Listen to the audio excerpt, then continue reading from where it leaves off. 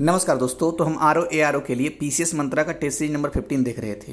100 प्रश्न तक हमने देख लिया है, जिसमें हमने देखा था कि लोकतंत्र सूचकांक में भारत की रैंकिंग 53rd है, यानी कि 53वां रैंकिंग है। शीर्ष स्थान की बात करें तो नॉर्वे था, और इस लोकतंत्र सूचकांक को जारी करता है द इकोनॉमिस्ट इंटेलिजेंस यूनिट, जो ब्रिटेन का एक यूनिट है।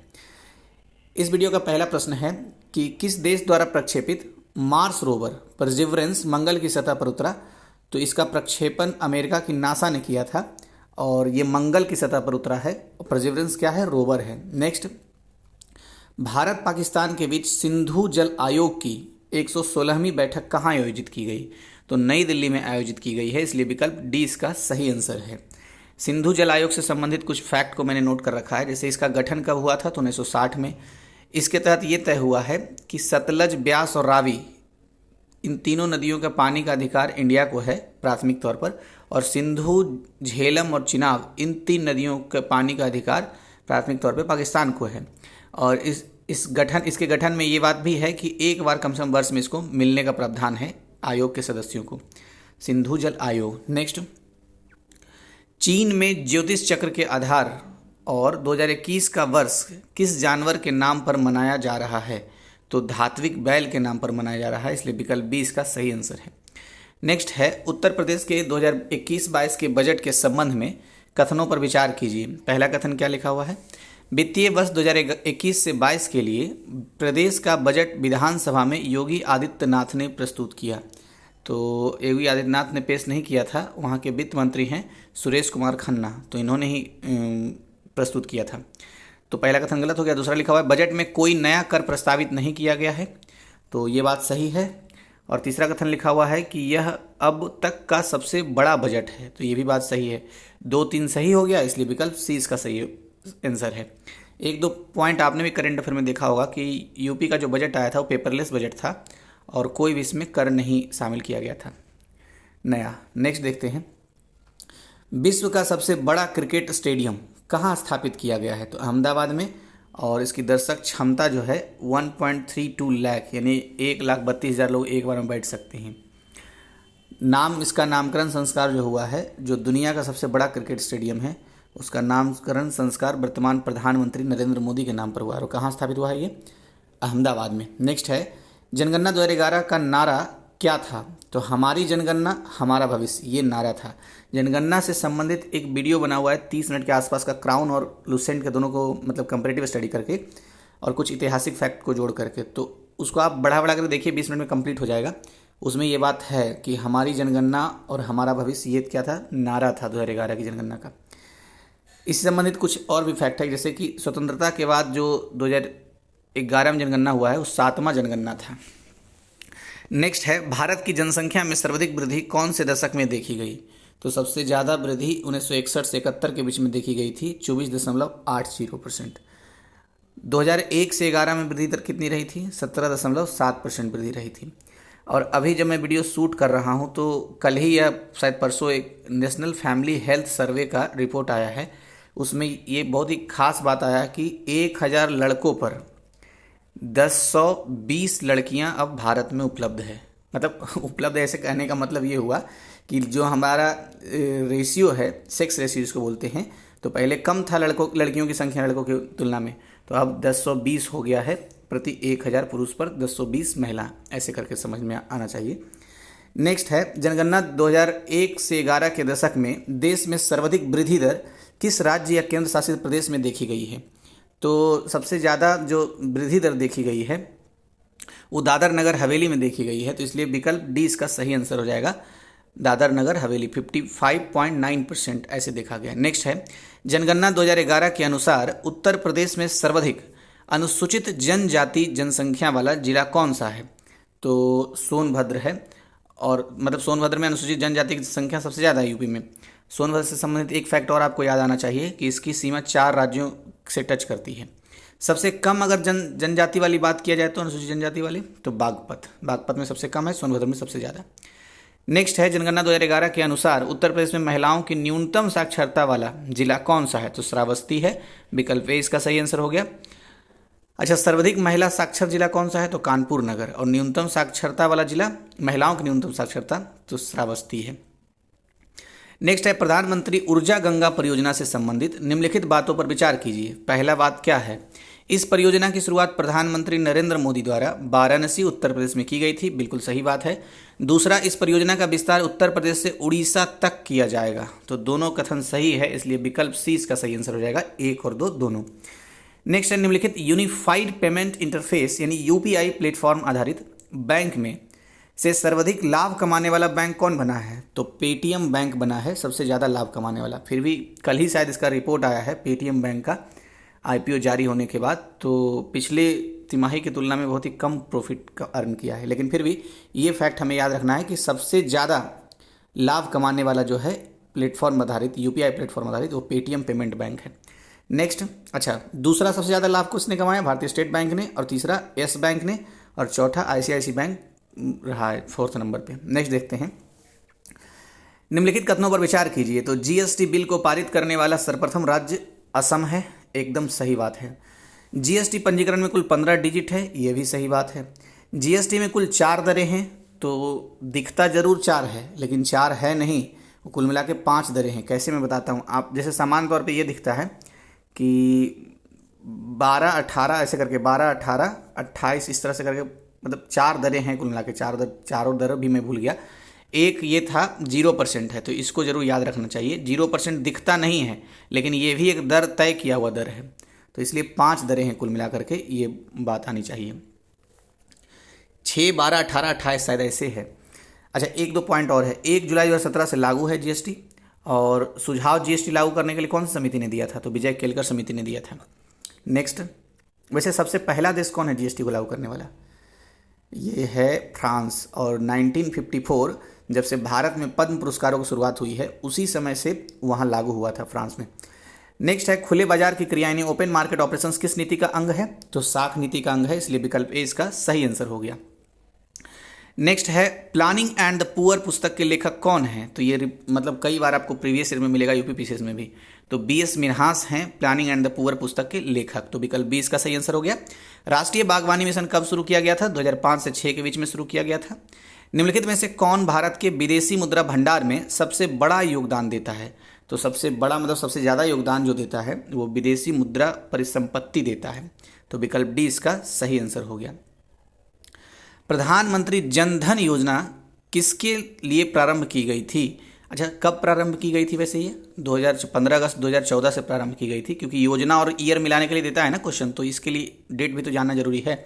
तो प्रधानमंत्री जन धन योजना 15 अगस्त 2014 से शुरू हुआ है, और ये शुरू किसके लिए किया गया था? तो देश में वित्तीय समावेशन के लिए शुरू किया गया था। वित्तीय समावेशन को ही अंग्रेजी, इसके लिए अंग्रेजी शब्द है फाइनेंशियल इंक्लूजन, को वित्तीय समावेशन को प्रोत्साहित करने के लिए ये शुरू किया गया था, तो विकल्प सी इसका सही आंसर हो गया। नेक्स्ट है अंतर्राष्ट्रीय मुद्रा कोष के अनुसार कोरोना के दौरान भारत का ऋण जीडीपी अनुपात लगभग कितना फीसदी हो गया?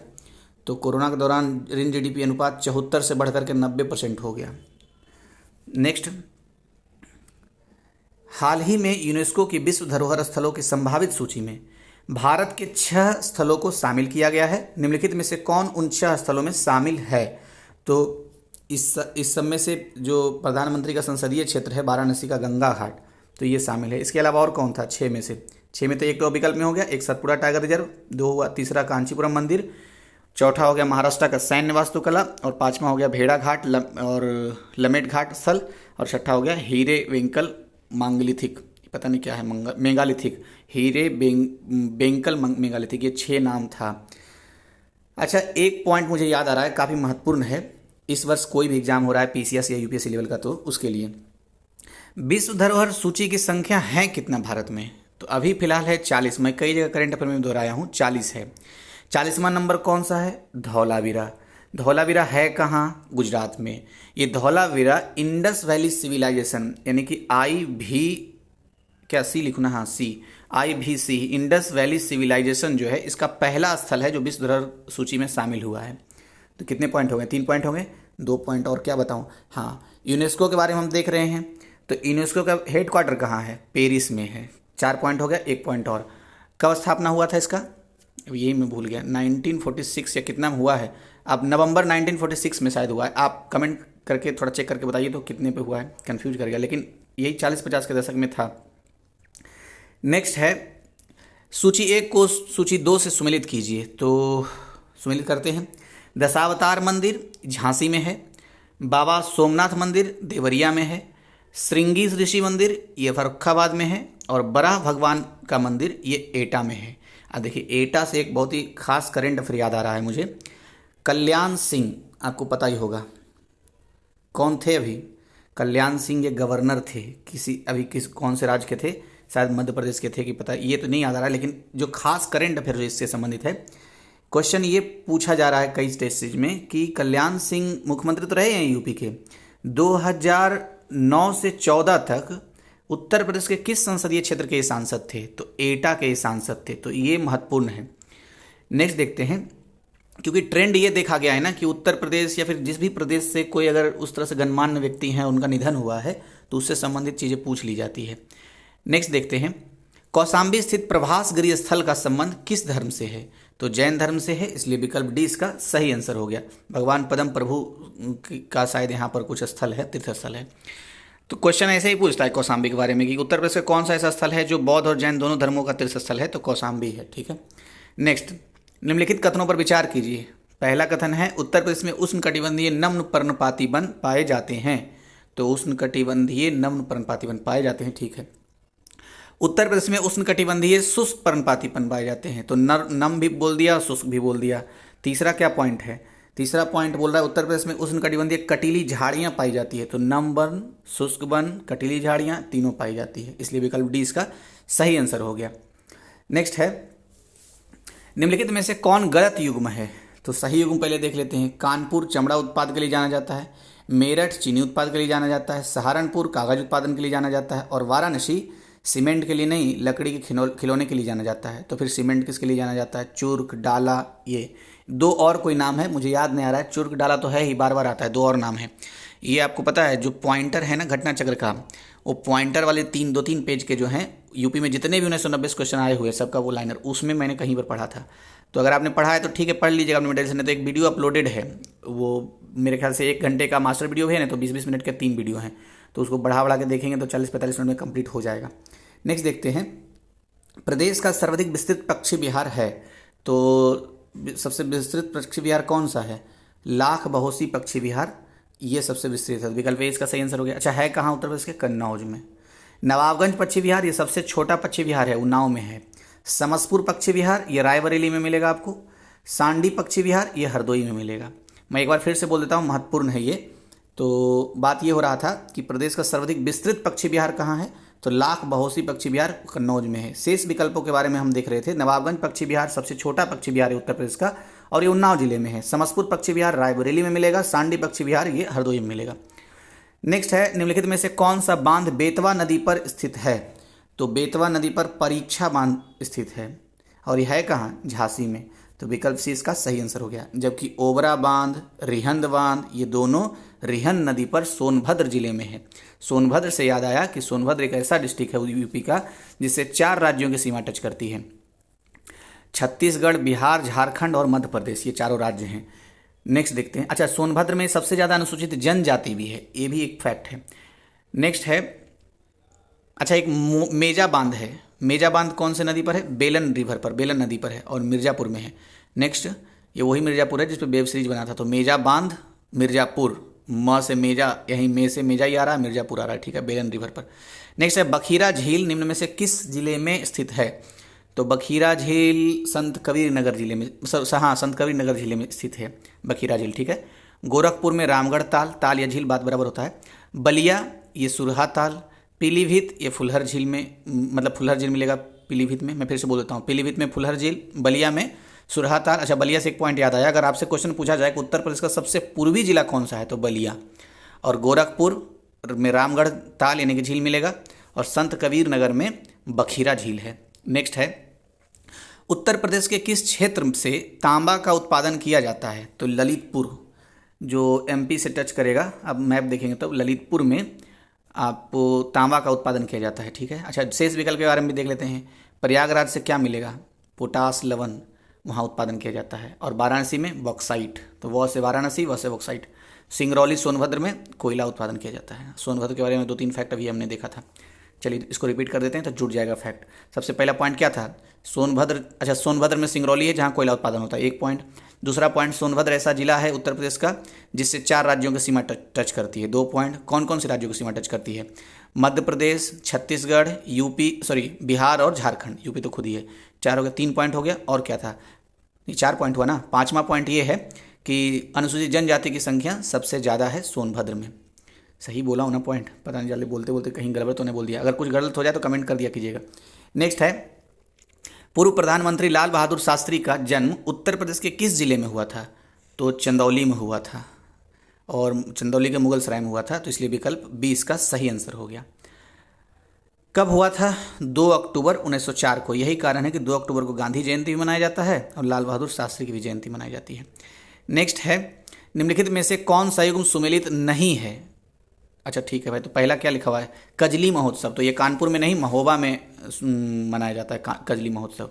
नेक्स्ट, बाकी सब सुमेलित है। देवी पाटन मेला बलरामपुर में, हरिदास जयंती वृंदावन में, और त्रिवेणी महोत्सव प्रयागराज में। नेक्स्ट, अच्छा अब नेक्स्ट रीजनिंग और मैथ वाला आ गया, तो कोई बात नहीं, पढ़ते हैं। लिखा हुआ है, निम्नलिखित प्रश्न में 4 कथन और उसके 4 निष्कर्ष दिए हुए हैं, 1 2 3 4।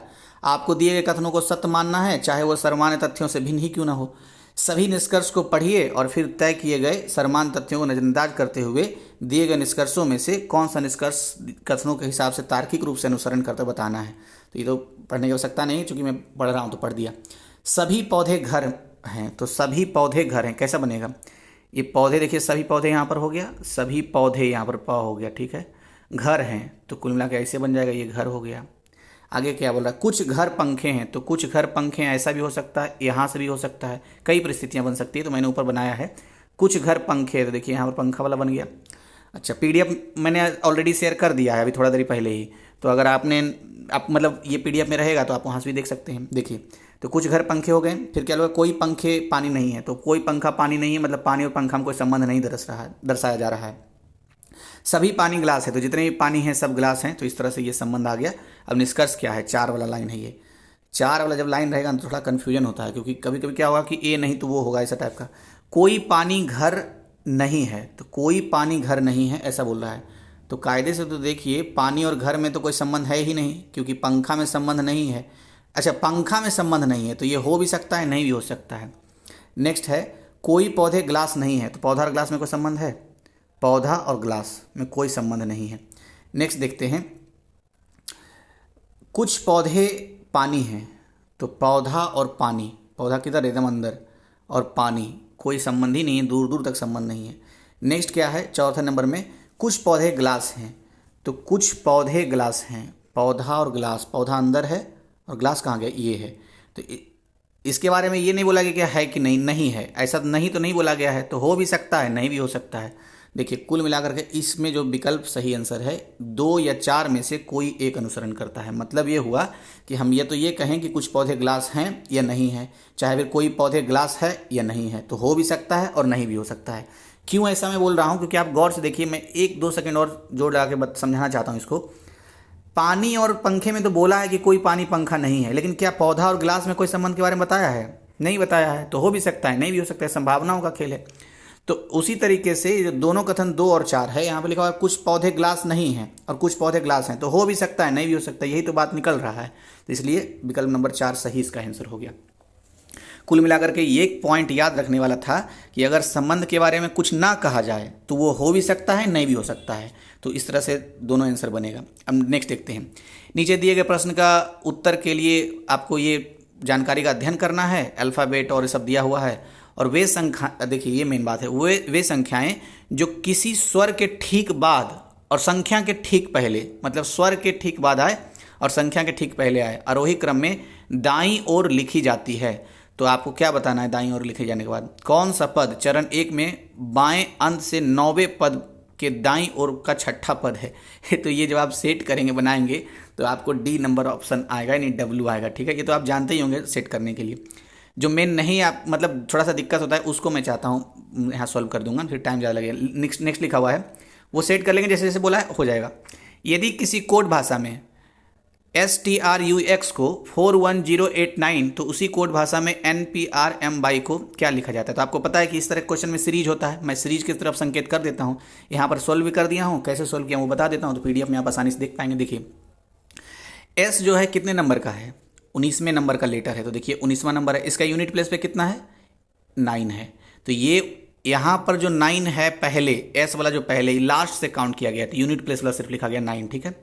उसी तरह देखिए R है यहाँ पे, तो R कितने नंबर का लेटर है? 18 नंबर का लेटर है। अगर आप वीडियो बढ़ा करके देख रहे थे तो अभी स्लो कर लीजिए, वरना पता चलेगा कि सब देख तो लिए जरूर, कंप्लीट भी हो गया आपका, लेकिन जो होना था वो नहीं हुआ, मतलब समझ में आना। तो देख लीजिए R कितने नंबर का है? 18 नंबर का है।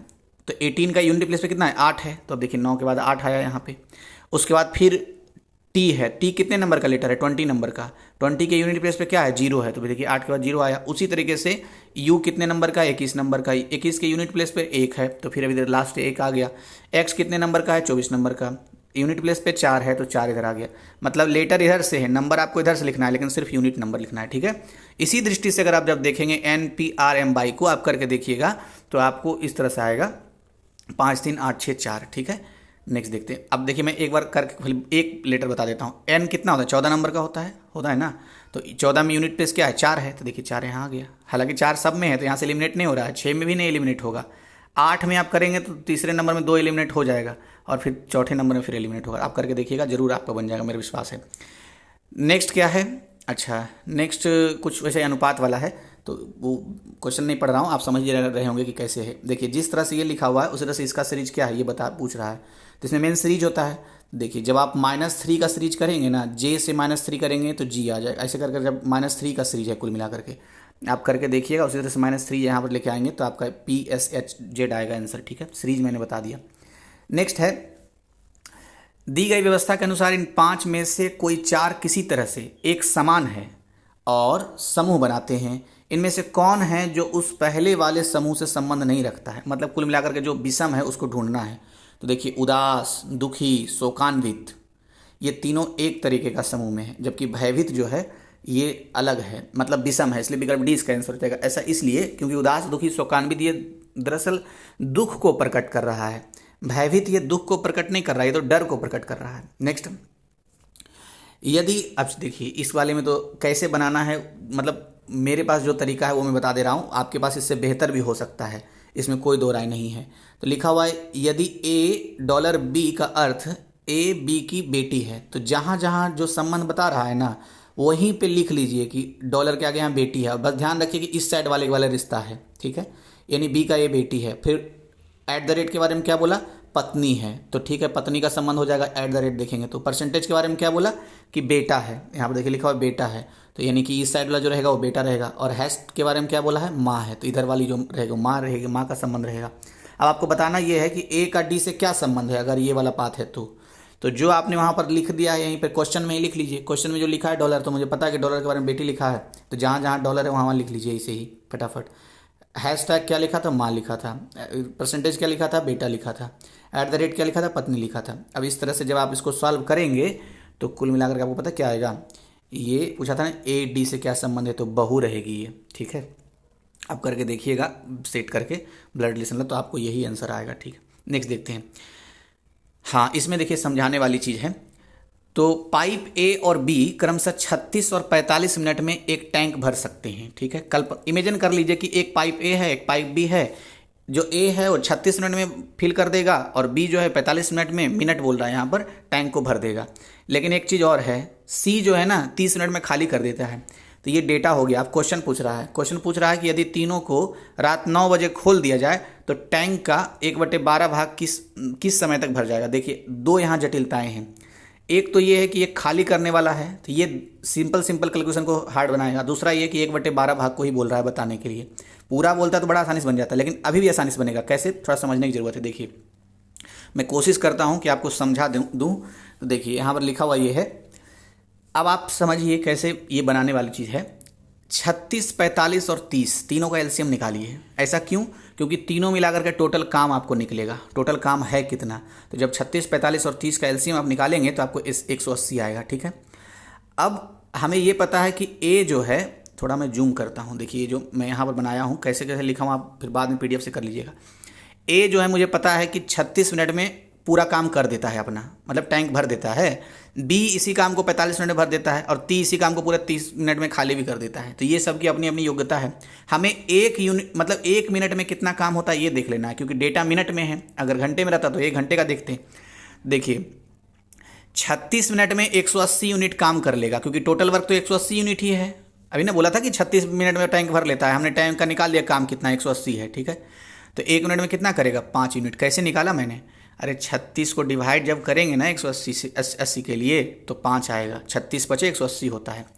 45 मिनट में पूरा टैंक भर देता है, पूरा टैंक मतलब 180 यूनिट काम है, तो 1 मिनट में 4 यूनिट काम करेगा, 45 चौके 180 होता है, ठीक है। उसी तरीके से 30 मिनट में सी पूरा काम तमाम कर देगा। ये तमाम का मतलब खाली कर देगा 180, मतलब कि 1 मिनट में कितना खाली कर देता है, तो 1 मिनट में ये 3 छक 18 यानी 180, 30 छक 180 होता है, तो 6 यूनिट ये खाली कर देगा। तो देखिए 1 मिनट में ए और बी मिलकर के 9 यूनिट भरता है और सी 6 मिनट खाली कर देता है। तो 1 मिनट में तीनों मिलकर के काम कितना कर रहा है, 3 यूनिट भर रहा है। इतना तक मैं समझा पाया। अगर समझा पाया तो देखिए 1/12 काम को पहले निकाल लेते हैं। टोटल काम है 180 यूनिट, 180 यूनिट में भरना है, तो 1/12 ही भरने के लिए पूछ रहा है ना, तो इसका 1/12 आप जब करेंगे तो 15 यूनिट ही आएगा। अब डिवाइड कर लीजिएगा 180/12, तो देखिएगा 15 आएगा निकल करके यहाँ पे। तो आपको ये दिमाग में लगाना है कि भाई 1 मिनट में 3 यूनिट तीनों मिला करके भर देते हैं, तो 15 यूनिट भरने में कितना लगेगा, तो 3 × 5 = 15, तो इसीलिए 5 मिनट लगेगा। 1 मिनट में 3 यूनिट, 5 मिनट में 15 यूनिट, तो यानी कि 5 मिनट लगेगा। तो खोला गया कितने बजे तक, तो बोला है रात में 9 बजे खोला है, तो 5 मिनट जोड़ दीजिए, तो 9:05 में। पीएम किए हम, पीएम होगा, तो हालांकि एम तो ऑप्शन है ही नहीं, सब पीएम में है। तो देखिए 9:05 डी है। उम्मीद है मैं आपको समझा पाया होऊंगा। आप नहीं समझ में आया होगा एक बार वीडियो पीछे कर लीजिएगा, अगर मैं समझा पाया तो सफल हुआ।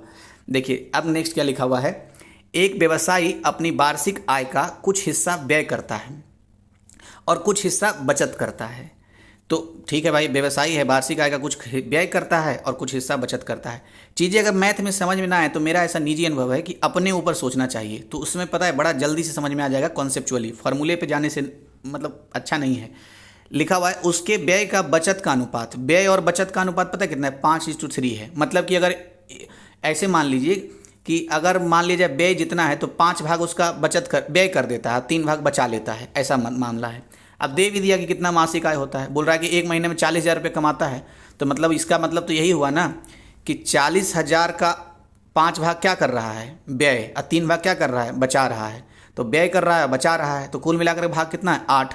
तो 1 भाग का मतलब आ गया 15, इतना ही आएगा ना। तो हमें पूछ क्या रहा है, हमें पूछ ये रहा है तो उसकी वार्षिक बचत की धनराशि कितनी है। तो हम देखिए कैसे निकालेंगे, बचत का रेशियो क्या है, 3 है। तो 8 भाग करके इसका 3 भाग से मल्टीप्लाई कर देंगे, तो इसका 8 भाग करेंगे तो कितना आएगा, 5 आएगा। और 1 भाग का मतलब 5 आएगा, तो 5 × 15 यानी 15,000 बचाता है 1 महीने में। तो 12 महीने में कितने बचाएगा, क्योंकि 1 साल में तो 12 महीना होता है। तो 15 को 12 से गुना करेंगे तो 180 आएगा। 3 जीरो यहाँ पर जो है उसको जोड़ दीजिए, तो यानी कि 18,000 है किसी ऑप्शन में, विकल्प डी में है, यही इसका आंसर आ गया। तो कोशिश करना है कि वहीं पर जहाँ पे क्वेश्चन है वहीं पर से कैसे बना लिया जाए। 1-2 बार देखिएगा जरूर, मेरा उम्मीद है कि बन जाएगा। नेक्स्ट है, एक निश्चित राशि को सालाना संयोजित होने वाले चक्रवृद्धि ब्याज पर निवेश किया जाता है। तो ठीक है, मामला चक्रवृद्धि ब्याज का है, जो 2 वर्षों में प्रति वर्ष 4% की दर से 338 रुपये होती है, राशि ज्ञात कीजिए। देखिए क्वेश्चन ये पूछा है, आप तो समझ ही गए होंगे, मैं फिर भी एक बार बोलता हूँ। कौन सी ऐसी राशि थी जिसको कंपाउंड इंटरेस्ट के हिसाब से दिया गया 2 साल के लिए और 4% दर था, लेकिन वो बन गया 338 रुपये बन गया, इंटरेस्ट जोड़ जाड़ के। तो आपको बताने की वो राशि कौन सी थी, तो पता है इस कैसे बनेगा। देखिए वैसे तो बहुत सारे फॉर्मूले वाले तरीके हैं, आप ये वाला आपने पढ़ा ही होगा कि amount equal to P × 1 + R/100 raise the power T, मतलब कि टाइम। मैं एक तरीका बताता हूँ, अगर समझ में आया तो अपना लीजिए, नहीं समझ में आया तो जैसे चल रहा था वैसे चलने दीजिएगा अपने तरीके से। फिर भी लेकिन एक बार सुन लीजिए। देखिए क्या तरीका है, हमें ये पता है ना कि 338 रुपये थे ब्याज व्याज जोड़ जाड़ के, और 4% की दर से बढ़ा है।